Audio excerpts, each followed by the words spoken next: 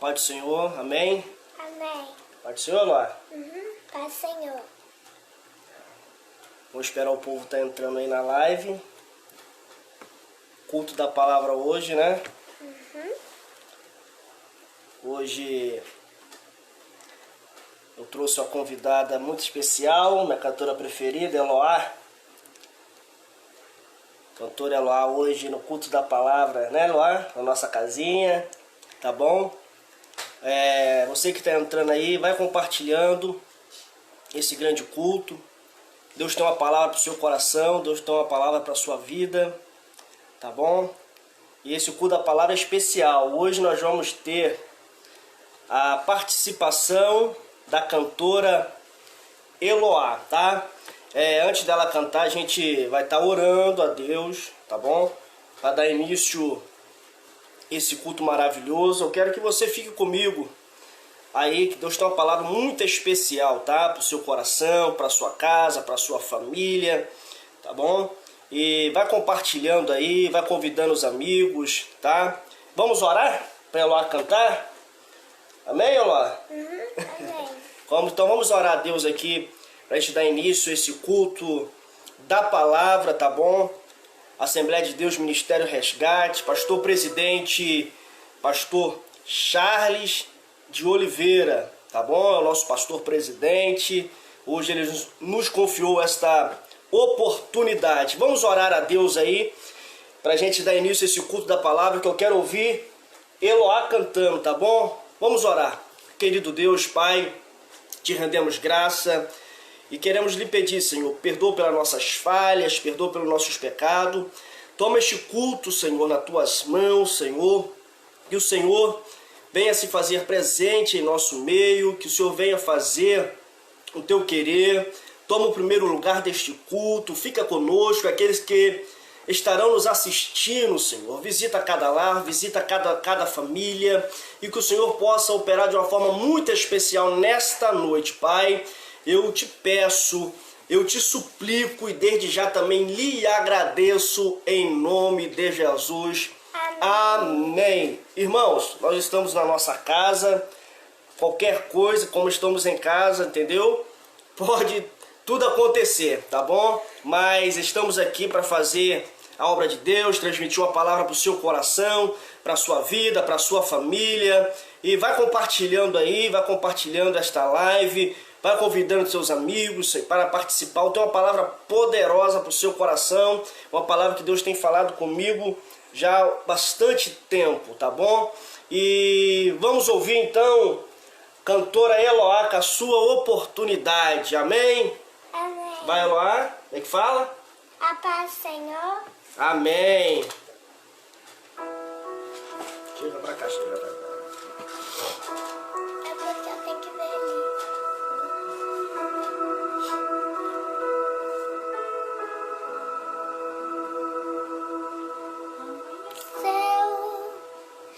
Nada pesquei, parecia ser apenas mais um dia como qualquer outro. Estava cansado, sem forças, desanimado, decidido a largar tudo e parar. Mas Deus conhece tua estrutura, sabe o que está fazendo. Mesmo que seja difícil, não pare, Ele está vendo. Colheu todas suas lágrimas e mandou te falar. Pegue o que Ele te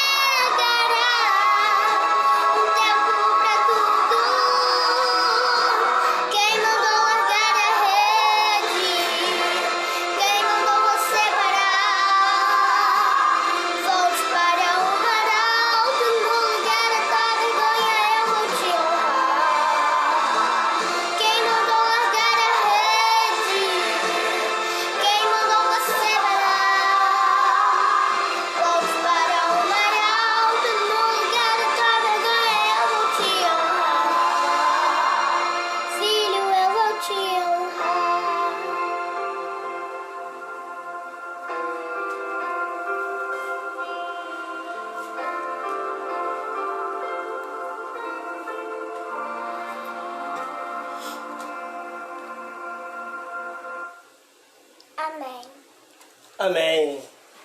Irmãos, quem gostou dela lá cantando aí nesse culto da palavra, dá um glória a Deus aí, que ela vai voltar. Né, Eloá?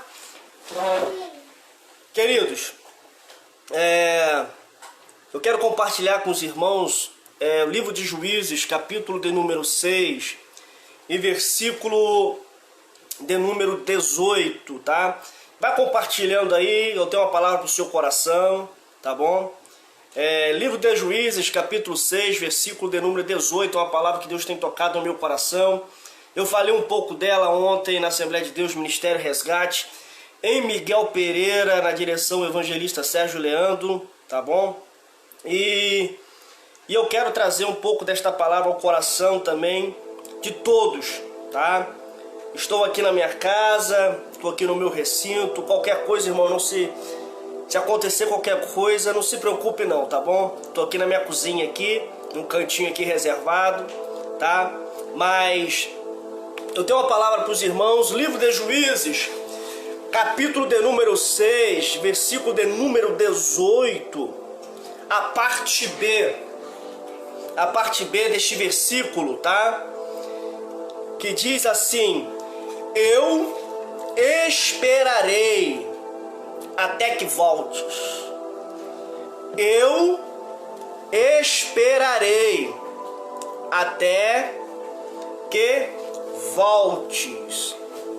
Livro de Juízes, capítulo 6, versículo de número 18, a parte B, diz assim: eu esperarei até que voltes. Amém?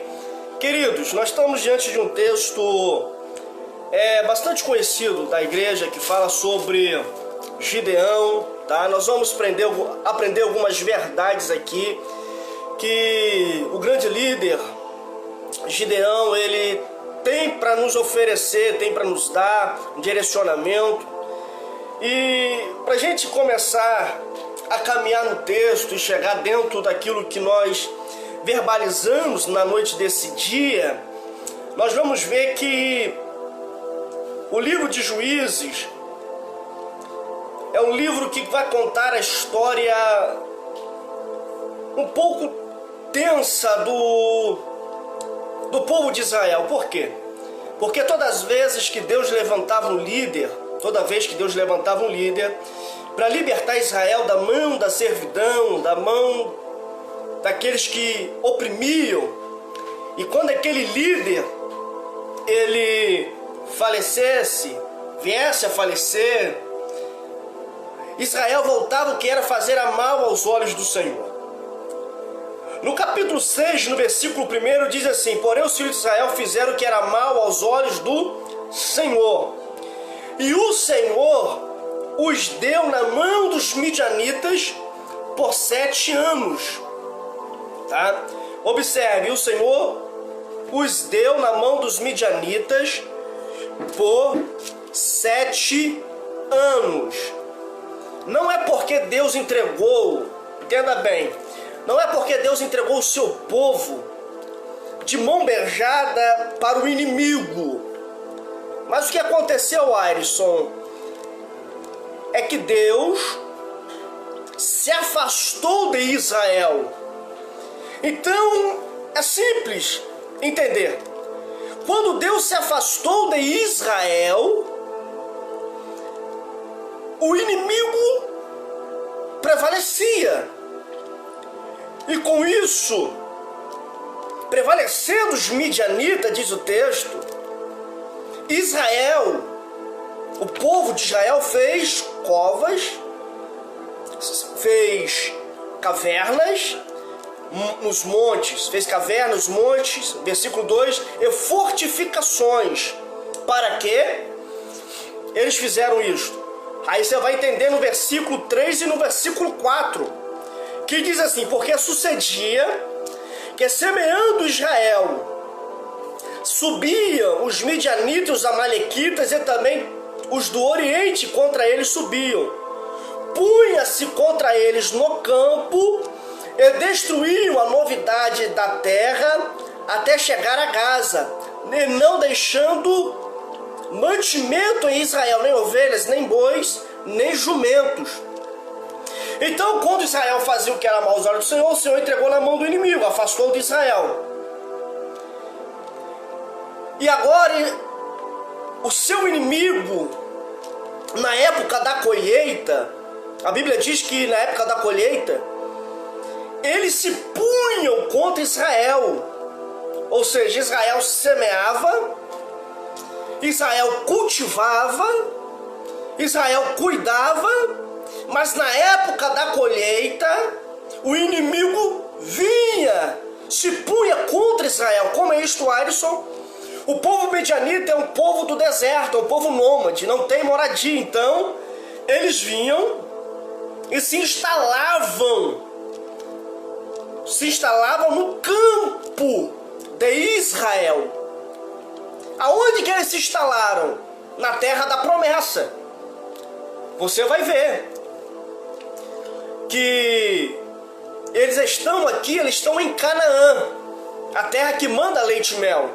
Uma coisa é eu estar na mão dos inimigos, na terra do inimigo, mas outra coisa é eu estar na mão do inimigo, na terra da promessa. E eles, com isto, quando o seu inimigo se punha na terra, a Bíblia diz que eles fogem para os montes, para as cavernas, e fizeram para si fortificações. Ou seja, abandonaram a novidade da terra. O que era a novidade da terra? Era tudo aquilo que ele investiu. Quantos de nós estão abandonando, deixando para o inimigo tudo aquilo que investimos? A novidade da terra pode ser o nosso sonho. A novidade da terra pode ser as promessas. A novidade da terra pode ser o seu ministério. A novidade da terra pode ser aquilo que você planejou em alcançar. Mas muitos de nós abrimos mãos facilmente e se escondemos em cavernas. Foi o que aconteceu com o povo de Israel. Mas vamos caminhar para o texto para me chegar onde que eu li na leitura introdutória. Com isso, quando eles estão instalados dentro das terras de Israel, a Bíblia diz que Israel empobreceu muito.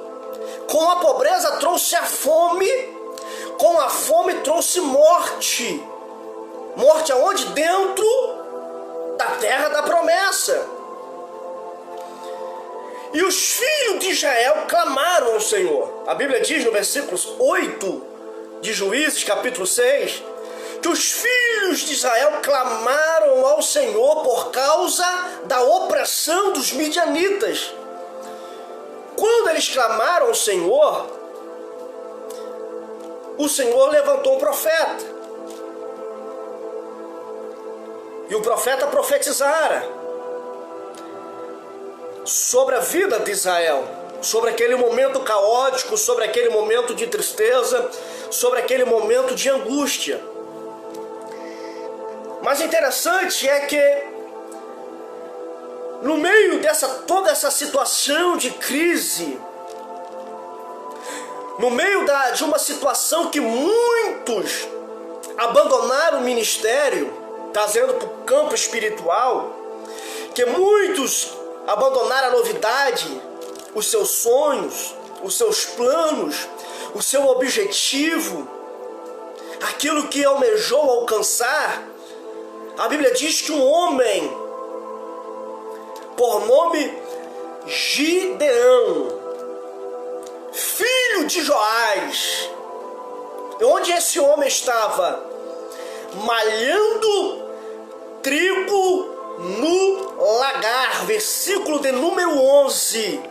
Então o anjo do Senhor veio, se assentou debaixo do carvalho que está em Ofra, que pertencia a Joás. E Gideão, seu filho, estava malhando trigo no lagar. para o salvar dos midianitas. Olha aqui o artigo definido. Gideão não estava para salvar propriamente a sua vida. Gideão, ele foi para o lagar salvar o trigo, salvar a novidade da terra, salvar tudo aquilo que ele investiu. Gideão foi para o lagar para salvar os seus sonhos. Gideão foi para o lagar para salvar o seu ministério. Gideão foi para o lagar para salvar a sua casa. Gideão foi para o lagar. Quando o profeta profetizara sobre a vida de Israel, imagino eu, que o anjo do Senhor, falou assim: Deus, eu vou lá dar vitória. Mas Deus, ele vê que um homem estava fazendo diferença diante da nação, que o próprio Deus decide descer. Então o anjo do Senhor, esse anjo do Senhor é uma linguagem teofânica, ou seja, o próprio Deus desceu para ver Gideão malhando trigo. Trigo na Bíblia fala de sonho. Trigo na Bíblia fala de mantimento. Trigo na Bíblia fala de promessa. Trigo na Bíblia fala de palavra. Trigo na Bíblia fala de alimento. Diante de toda a tipologia que o trigo nos oferece, então Gideão foi para o lagar. E para que servia o lagar? O lagar servia para malhar uvas. Olha só, o lagar servia para malhar uva. O lagar tinha aproximadamente 2 metros de comprimento para 1 metro de profundidade. Tinha uma canaleta. Quando eles lançavam a uva ali, eles pisavam na uva. E através da canaleta saía o suco da uva. Era a separação. Agora imagine se o lagar era para malhar uva. Gideão agora está malhando trigo. O que era malhar trigo? Era fazer a separação da casca e do grão. E aonde malhava o trigo? Malhava-se o trigo na eira. Qual era a metragem da eira? Segundo alguns teólogos, afirma que a eira tinha aproximadamente 200 a 300 metros quadrados. E isso chama a atenção de Deus. Por quê? Se uma eira para malhar trigo é mais ou menos 300 metros quadrados, Gideão está num lugar impróprio, de aproximadamente 2 metros quadrados. Fazendo o quê? Fazendo a separação do grão e da casca. Deus olha e observa aquela situação. Um homem em um povo que está vivendo em crise, num lugar improvável, mas ainda tem perseverança de cuidar de tudo aquilo que ele investiu. Parece que o homem é doido, está num lugar improvável. E como era que separava a casca do grão na eira? João, ele vai dizer, um dos evangelistas, ele vai dizer que João Batista, quando estava pregando, ele falou: e virá um após mim, que ele tem na sua mão a pá. Ele tem na sua mão a pá. Então o que Jesus, para separar o trigo da palha, o que ele faz? Quando eles malham o trigo, ele pega com uma pá e joga para o alto. Vem o vento e aquilo que é palha sopra e aquilo que é grão cai. Então, para separar o grão da palha, Deus tem que jogar a gente aonde? No vento. Aí tem muitas pessoas que não entendem diante da tempestade que está passando. É porque Deus te jogou no vento. Se você é trigo, você vai permanecer. Agora, se você não é trigo, infelizmente, vai ser separado. Mas vamos lá. Isso chama a atenção de Deus. E Deus, quando ele chega até a presença de Gideão, Deus fala uma palavra muito linda. O Senhor é contigo, varão valoroso. Olha o que Deus diz para Gideão, no versículo de número 12. Então o anjo do Senhor lhe apareceu e lhe disse: o Senhor é contigo, varão valoroso. Aí Gideão vai interrogar a Deus: se o Senhor é comigo, porque tudo isto me sobreveio, e de que é feita as suas maravilhas? Olha só que interessante. Eu falei isso até ontem, Miguel Pereira. Por pouco menos, Zacarias ficou mudo. Lá em Lucas vai narrar que Zacarias entra no templo. Quando ele entra no templo, o anjo Gabriel está lá no altar. E o anjo Gabriel fala assim: olha, Isabel vai dar à luz a um filho. O nome dele será João Batista e será grande. Aí a Bíblia diz que Zacarias fala para o anjo: como isto vai acontecer? Aí o anjo fala: por causa da sua dúvida, tu ficarás mudo. Mas aqui não acontece com Gideão. Gideão interroga o anjo, interroga o próprio Deus: como isto? Se o Senhor é conosco, porque tudo isso nos sobreveio, de que é feita as suas maravilhas que os nossos pais contaram. Qual é a diferença, Ayrson? É simples. Gideão, ele não está deixando de acreditar nas maravilhas. Ele acredita no poder de Deus. Ele está falando para Deus o seguinte: se o Senhor fez lá no Egito, se o Senhor fez lá no passado, por que o Senhor não está fazendo hoje? Se o Senhor fez ontem, por que o Senhor não faz hoje? Aí Deus olha o coração de Gideão. Aí Deus fala para o quê? Que Deus fala para Gideão: vai nesta tua força. O que Gideão estava dizendo? Deus, precisamos fazer algo. Deus, Israel não pode ficar nesta situação. Deus, Israel não pode ficar vivendo nesta crise. Onde está o seu poder?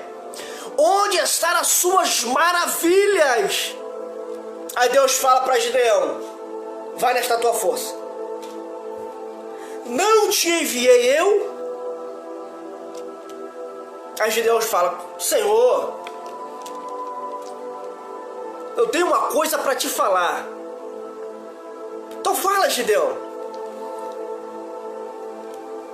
A minha família é a menor e a mais pobre de Israel. Além disto, eu sou o menor da minha casa.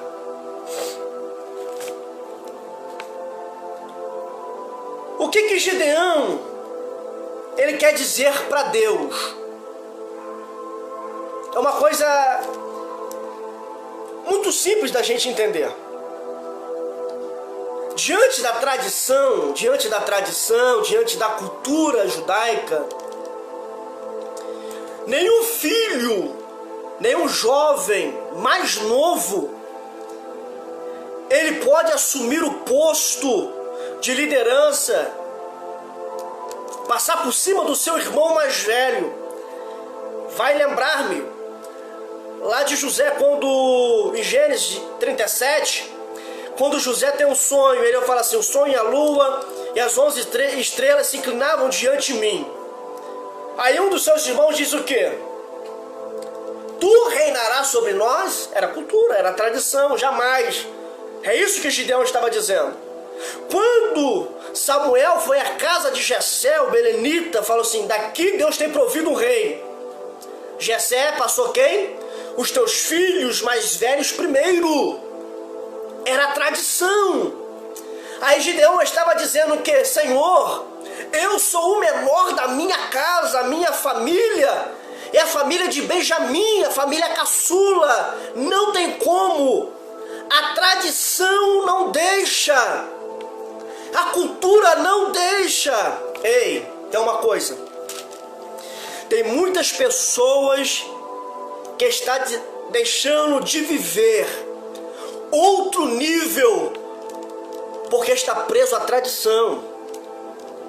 Tem muitas pessoas que estão deixando de viver outra dimensão espiritual por causa da tradição. Tem muitas pessoas que estão deixando de viver as promessas de Deus por causa da sua tradição. Está pegado à tradição. A tradição está tirando foco. Mas Deus disse, Gideão, a sua família pode ser a menor, a sua família pode ser mais pobre, você pode ser o menor, mas eu escolhi você para livrar Israel das mãos dos midianitas. Ei, então a palavra para o seu coração. Não é porque a sua família é mais pobre, não é por causa da sua situação financeira que Deus não vai lhe usar. Deus escolheu você, dentre muitos, para lhe usar poderosamente na sua casa, no seu bairro. Deus quer lhe usar poderosamente na sua cidade, no seu estado. Deus não está preocupado se a sua família é rica, se é pobre, se você é grande, se você é pequeno. Deus olhou para a sua vida e percebeu que você está fazendo coisas que muitas das pessoas não teriam coragem de fazer. Vamos lá para o texto.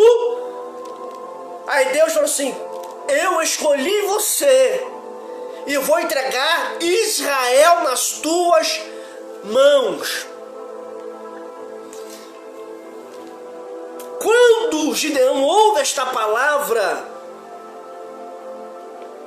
ele falou assim, Senhor, se é tu mesmo que fala comigo, versículo 17, versículo 18, rogo-te, versículo 18, que daqui não te apartes, até que eu venha a ti, e traga o meu presente, e ponha perante ti, e disse, quem disse?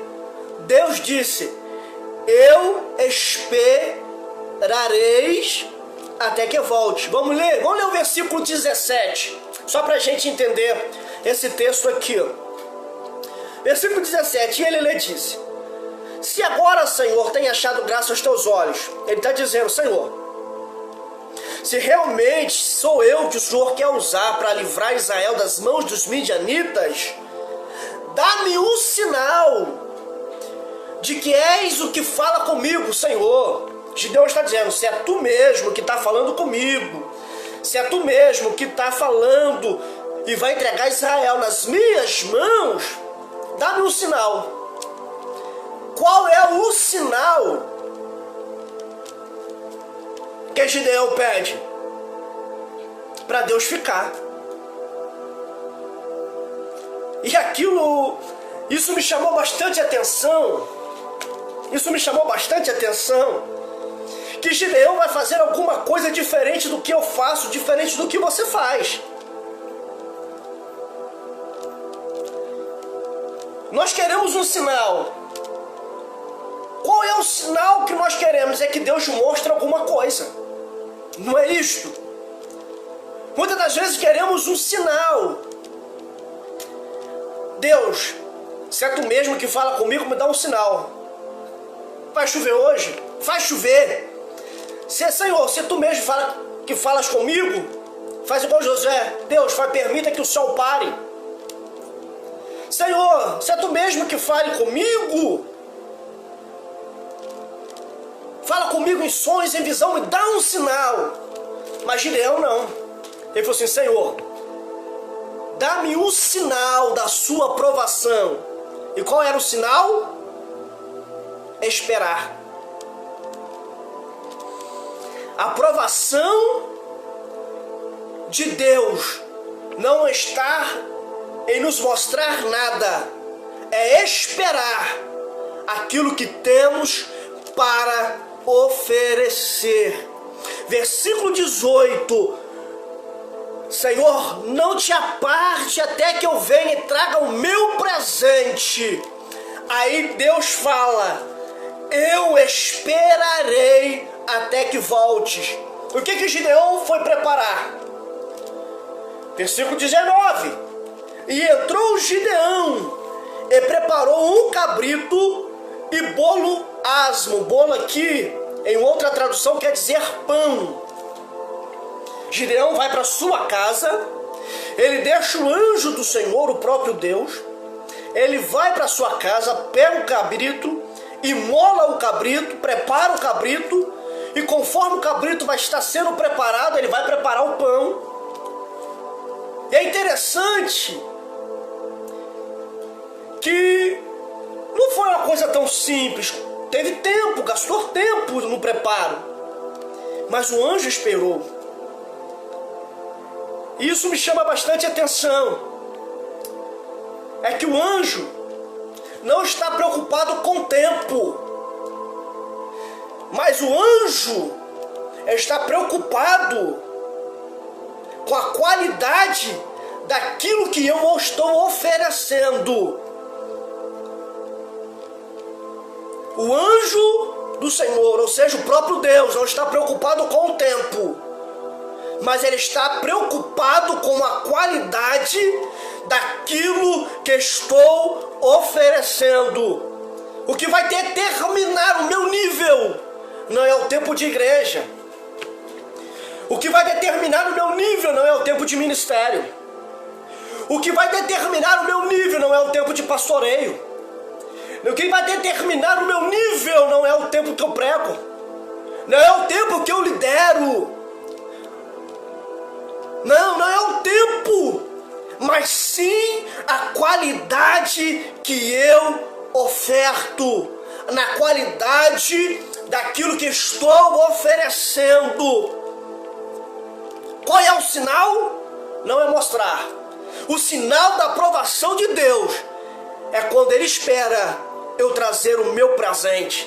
Quer prova disto? Gênesis capítulo 4. Caim e Abel foram oferecer. A Bíblia diz que Abel foi oferecer manjares. O que é uma oferta de manjares? É tudo aquilo que vem da terra. A oferta de manjares é tudo que vem da terra.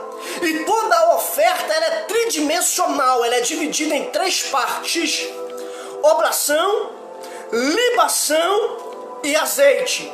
Então Caim, ele veio oferecer da terra. A oblação é a farinha fina do trigo. A libação é o suco de uva. E o azeite é que tira da oliva, é o que dá um cheiro suave. Então Caim veio oferecer a oferta de manjares. Manjar é tudo aquilo que vem da terra. Abel era pastor de ovelha. A ovelha por si só, o cordeiro que Abel oferece por si só, ela é completa. A oblação está na carne, a libação está no sangue, e o azeite, para dar o cheiro suave, está na sua gordura. Mas a Bíblia vai dizer que Abel levou da sua gordura em particular. Ele não precisava, mas por que ele levou? Porque Caim, ele só estava levando manjares. Na oferta de manjar, a oblação e a libação. Estava faltando um elemento. Aí a Bíblia diz que Deus rejeita a Caim. E a sua oferta, olha só, Deus rejeita primeiro quem? A Caim e a sua oferta. Por que Deus não pediu outra oferta a Caim? É porque o coração de Caim não estava mudado. Ou seja, a oferta, ela tem que morrer duas vezes. Primeiro ela morre no meu coração, e depois ela morre em realidade. E Deus aprovou a oferta de Abel, porque Abel foi completo. Então não é o tempo, mas a qualidade que eu ofereço. Você vai ver Ana. A Bíblia diz que Ana chora por muitos os anos. E a oração de Ana era sempre a mesma: Senhor, dá-me um filho. Senhor, dá-me um filho. Senhor, dá-me um filho. Aproximadamente 10 a 20 anos orando. Mas Ana decide mudar a oração. E qual foi a oração de Ana? Senhor, eu vou te dar um filho. Ou seja, aquilo que vai ser gerado aqui, eu lhe entregarei. E a Bíblia diz que em um tempo determinado, o Senhor se lembrou de Ana. Deus nunca esquece, irmão. Mas por que a Bíblia diz que Deus se lembrou de Ana? Aqui está falando em tempo de cumprir a promessa. Ei, quando nós mudamos a nossa oração, Deus se lembra. Chega o tempo de Deus na nossa vida. Não é naquilo que Deus vai nos dar, mas está relacionado àquilo que eu ofereço a Ele. Não é aquilo, o sinal de Deus, da aprovação de Deus, não é aquilo que Ele vai fazer descer do céu. Não é aquilo que Deus vai quebrar tudo no culto, que as pessoas vão rodar, falar em mistério. Não, não, não. É quando Deus está no altar e Ele recebe aquilo que eu trouxe. Às vezes é uma lágrima, às vezes é um glória a Deus arranhado, às vezes é um aleluia, às vezes uma mão levantada. Deus não está preocupado em muitos, mas Deus está preocupado na qualidade que eu ofereço. Quando nós, igreja, entendermos esta realidade, as coisas na nossa vida vão mudar. Nós vamos subir de nível, mas porque ainda não subimos de nível, é porque nós estamos preocupados em fazer o céu descer. Mas Gideão não estava preocupado naquilo que Deus ia dar, mas Gideão estava preocupado se Deus estava esperando o presente. A Bíblia vai nos dizer que chega o momento do ofertório. As pessoas estavam entregando o seu melhor. As pessoas estavam, na sua visão, entregando o mais caro, entregando aquilo de mais valioso. No coração deles era o seu melhor. Mas a Bíblia diz que vem uma viúva e joga duas ofertinhas, duas moedas. Aí Deus fala para aquele povo: tá vendo esta mulher aí? Esta mulher ofertou tudo que ela tinha. Ei, não é aquilo, o sinal não está em estremecer a terra. O sinal está quando Deus espera eu voltar com o meu presente. Não é o tempo que vai determinar o meu nível, mas sim a qualidade daquilo que eu estou oferecendo. Deus está em pé no altar, esperando eu oferecer. Não vai ser um tempo de crente. Eu tenho 20 anos. Eu canto há tantos anos, 30 anos, eu tenho 30 anos de ministério. Deus não está preocupado com o tempo. Deus está preocupado com a qualidade daquilo que eu vou levar para oferecer. Glória seja dada ao nome do Senhor. Mas vamos caminhar mais um pouco. A Bíblia diz que Deus agora fala com Gideão: é você, Gideão, é você que eu quero, é você que eu escolhi, é você que vai ser o homem extraordinário. Aí Gideão fala: Senhor, eu quero fazer uma prova. A Bíblia diz que Gideão pega um velo de lã e fala: Senhor, tá vendo esse velo de lã aqui? Eu vou colocar no meio do campo, no meio da eira. Não quero ver chuva, nada, nem orvalho, mas eu quero, Senhor, fazer uma prova, se é tu mesmo. Faça com que este velo de lã fique molhado. Faça que esse velo de lã fique molhado e em volta toda a eira seca. E a Bíblia diz que passa a noite, Gideão vai no meio da eira. Ele pega o velo de lã, ele aperta e sai água. Quando o velo de lã está molhado, toda a terra em volta está seca. Trazendo para o ambiente espiritual, este velo de lã é eu e é você. Nós precisamos estar molhado, encharcado da presença do Espírito. Quando a terra estiver seca, nós precisamos estar encharcado. A Bíblia vai dizer: não embriagueis com vinho que há contenda, mas enchei-vos do Espírito Santo. Nós precisamos estar cheio, nós precisamos estar encharcado do Espírito Santo de Deus. A terra está seca, mas nós estamos encharcados. A Bíblia vai dizer que o profeta Elias, ele profetiza a grande seca. A seca foi tão grande que o ribeiro de Querite secou. E Elias está junto ao Monte Carmelo, juntamente com os profetas de Baal. E os profetas de Baal começaram a fazer a sua cerimônia do amanhecer até o meio-dia, e não acontece nada. A Bíblia diz que Elias toma a cena.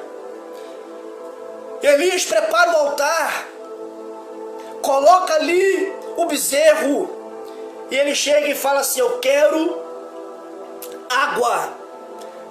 A Bíblia diz que uma pessoa traz água até que enche em volta os regos, as valas que Elias fez em volta do altar. O que é isto, Aires?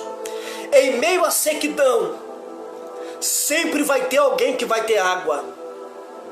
Em meio à sequidão, sempre vai ter alguém que vai ter água. Ei, a terra pode estar seca, a cidade pode estar seca, a nossa família em volta, os vizinhos podem estar secos, o nosso bairro pode estar seco, mas nós precisamos estar encharcado. Mas nós precisamos estar encharcado. Aí Deus confirma o chamado de Gideão. Aí no capítulo de número 7, Gideão chama 32 mil soldados, 32 mil. E os soldados dos midianitas, segundo o historiador Flávio Joséfo, eram 400 mil homens de guerra.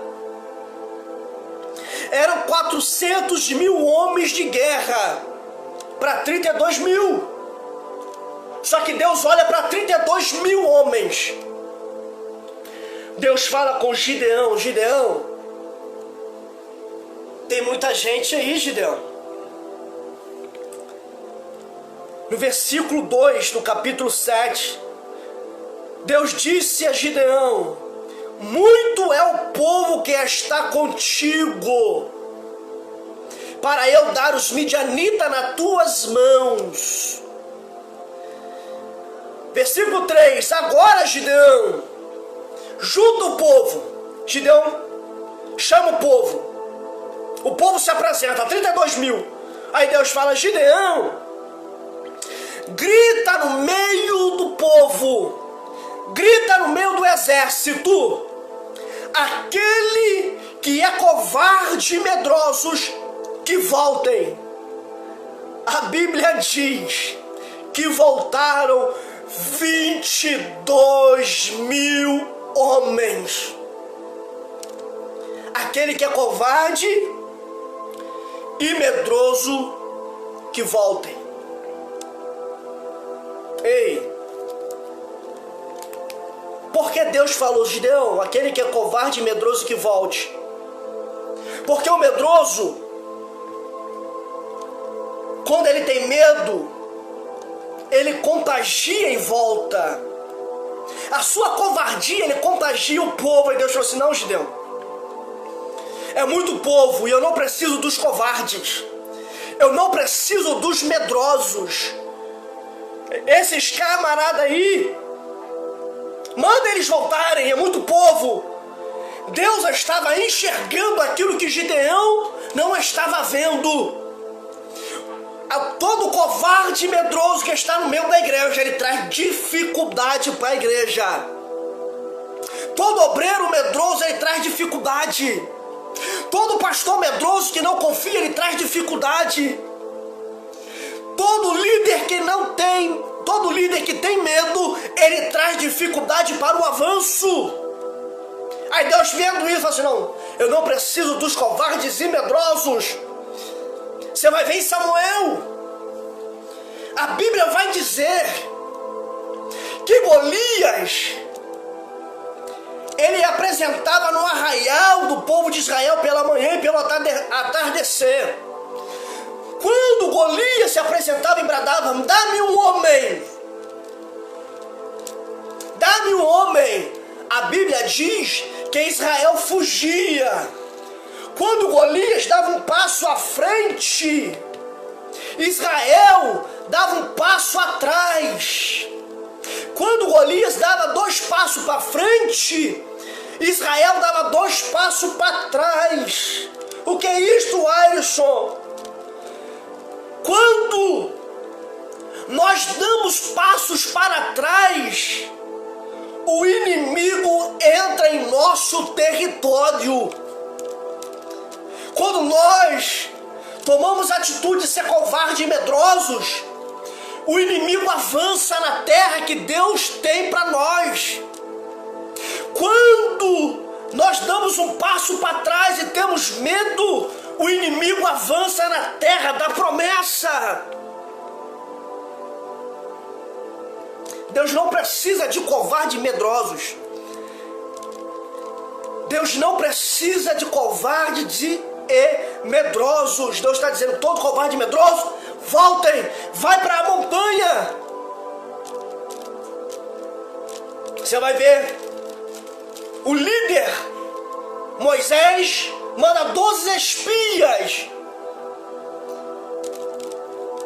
olhar a terra prometida, a terra que maná leite e mel. 10 vieram falando contra. Não dá, não tem como, é difícil. Aquilo que era para ser uma viagem pequena contagiou toda uma nação. E toda aquela nação que foi contagiada dizendo, realmente nós não vamos conseguir, morreu no deserto. Então todos os medrosos e covardes em nosso meio, ele tem o poder de nos contagiar. E se ele nos contagiar, a gente não consegue avançar. É muita gente, Gideão. É muita gente. É muita gente. Esse era o primeiro grupo do exército de Gideão. Covardes e medrosos. Voltaram 22.000. Ficaram quanto? 10.000. 10.000 o quê? Corajosos. Qual era o segundo grupo? Qual era o segundo grupo do exército de Gideão? Eram corajosos. Porém, não tinha planejamento. O segundo grupo do exército de Gideão eram corajosos, mas despreparados. Se o primeiro grupo eram covardes e medrosos, com certeza ficou só os corajosos, eu vou para a guerra. Mas Deus vira Gideão. Tem muita gente aí, é até corajoso Gideão, mas é despreparado, não tem organização, não tem planejamento, vai trazer dificuldade, porque toda guerra precisa de planejamento, toda batalha precisa de uma organização. Tem muita gente, nós estamos em uma guerra, nós estamos enfrentando uma batalha, nós fazemos parte de um ministério, nós fazemos parte de uma igreja, mas qual é o preparo que precisamos ter? Qual é o preparo que precisamos ter como soldado deste grande exército? Primeiro, precisamos ter um preparo secular. Não adianta, irmãos, temos que sim ter um preparo secular. Precisamos estudar para passar um concurso, precisamos sim estudar para ter um bom emprego, para ter uma vida financeira boa. Precisamos, porque senão nós vamos dar de mão beijada para o inimigo, para o filho do inimigo. Aí Deus quer dar para o seu filho, mas o seu filho não prepara, o seu filho não estuda, o seu filho não se dedica. Meu irmão, o primeiro preparo para entrar no exército tem que ter um preparo secular. A Bíblia vai dizer, tanto em Atos, que Moisés foi instruído em toda a ciência do Egito. Tem muitas pessoas que confundem o chamado de Moisés, dizendo que era um homem de... Quando ele fala de língua pesada, que era um homem matuto, que era um homem que não tinha cultura. A Bíblia diz que Moisés foi instruído em toda a ciência do Egito, era inteligentíssimo. Precisamos ter um preparo secular. A Bíblia diz que é Daniel, dos 3 ministros da Babilônia, ele se destacou, foi o primeiro ministro da Babilônia. Inteligentíssimo, inteligentíssimo. Paulo, ele foi instruído aos pés de Gamaliel, um dos maiores filósofos da época. E como nós queremos nos ter o preparo se nós não temos a dedicação, não queremos estabelecer um tempo para se dedicar no preparo secular. Segundo preparo teológico. Como é isso, Alisson? Eu quero pregar, mas eu não faço um curso teológico, eu não me dedico. Eu quero pregar, eu quero ser um grande mestre, eu quero ser um grande pregador. Mas primeiro, meu querido, se prepare no ensino da Bíblia, se prepara teologicamente. Os grandes homens da Bíblia, eles estudaram. O próprio apóstolo Paulo, quando ele vai falar a Timóteo as características de um bom obreiro, Paulo vai dizer, ele tem que manejar a palavra. Mas Paulo vai dizer, olha Timóteo, não apenas manejar, mas tem que manejar bem a palavra da verdade.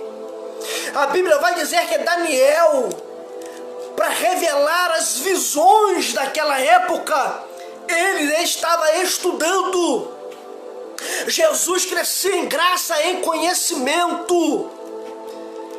Jesus, ele pegava e lia os pergaminhos, que era a Bíblia daquela época. Como nós queremos avançar, queremos pregar, queremos dar um estudo, mas se nós não buscamos nos preparar, corajosos, mas despreparados, Deus precisa de homens valentes, porém preparados. Se o primeiro preparo é um preparo secular, se o primeiro preparo é um preparo teológico. O terceiro preparo é o preparo espiritual. É o momento que nós dedicamos à oração. É o momento que dedicamos a Deus a nossa vida, o nosso clamor. É o momento que intercedemos.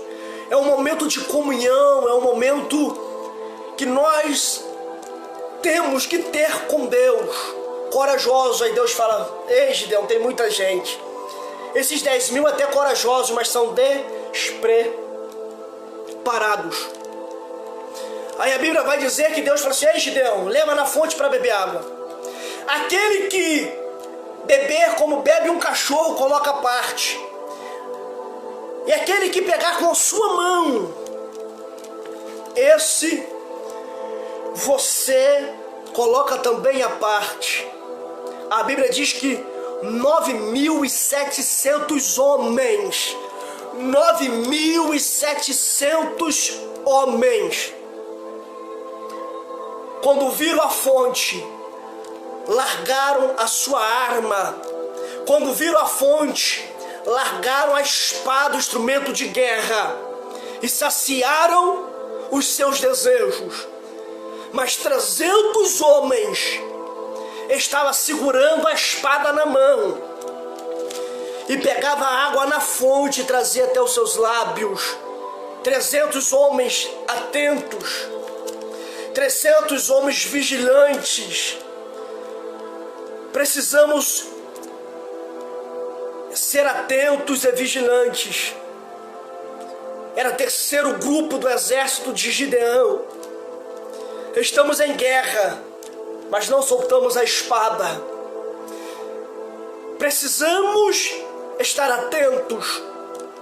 E a Bíblia diz que Gideão vai para a guerra com 300 homens. No capítulo 7, é no versículo de número 13. Já estou partindo para o encerramento desta mensagem. A Bíblia diz que chegando, pois, Gideão, eis que estava contando um homem ao seu companheiro um sonho, e dizia: eis que um sonho sonhei. E qual foi o sonho, irmãos? Qual foi o sonho, igreja? Qual foi esse sonho que ele sonhou? Eis que um pão de cevada torrado rodava pelo arraial dos midianitas e chegava até as tendas, e as feriu, e caíram, e transformou de cima para baixo, e ficaram abatidas. Qual foi o sonho que Gideão estava ouvindo do soldado dos midianitas? Qual foi o sonho? Um pão torrado. Agora vem comigo o capítulo de número 6, no versículo de número 19, diz assim: e entrou Gideão e preparou um cabrito e bolo, ou pão asmo, de uma efa de farinha.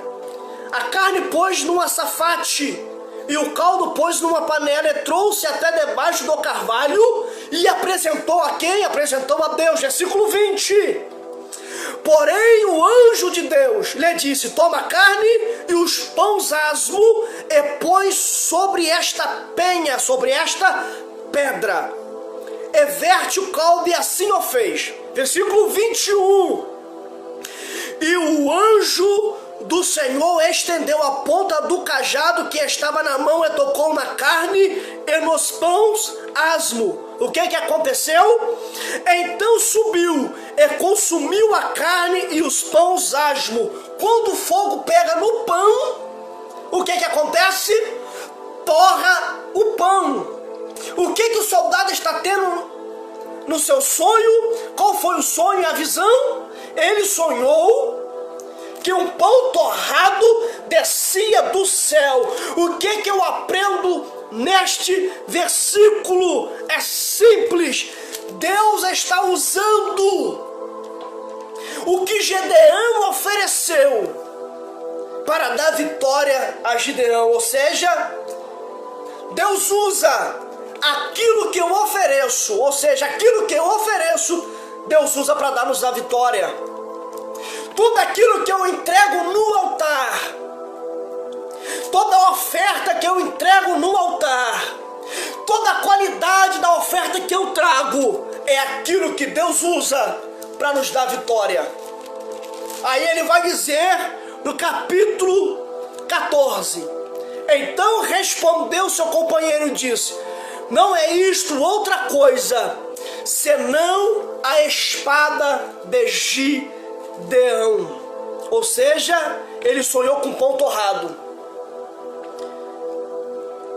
E aquele pão torrado trazia vitória ao povo de Israel.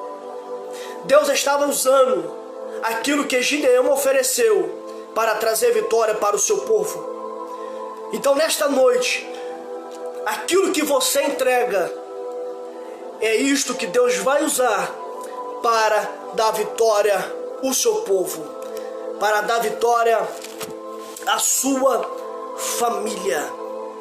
Tudo aquilo que eu entrego é aquilo que Deus vai usar para abençoar a nossa casa, e que Deus possa lhe abençoar poderosamente. Não é o tempo que determina, mas é a qualidade que eu entrego.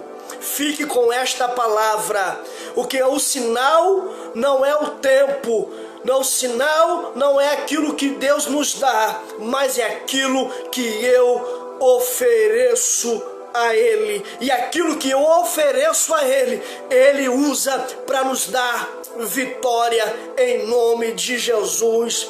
Amém. Fique com esta palavra e que Deus possa lhe abençoar poderosamente em nome de Jesus.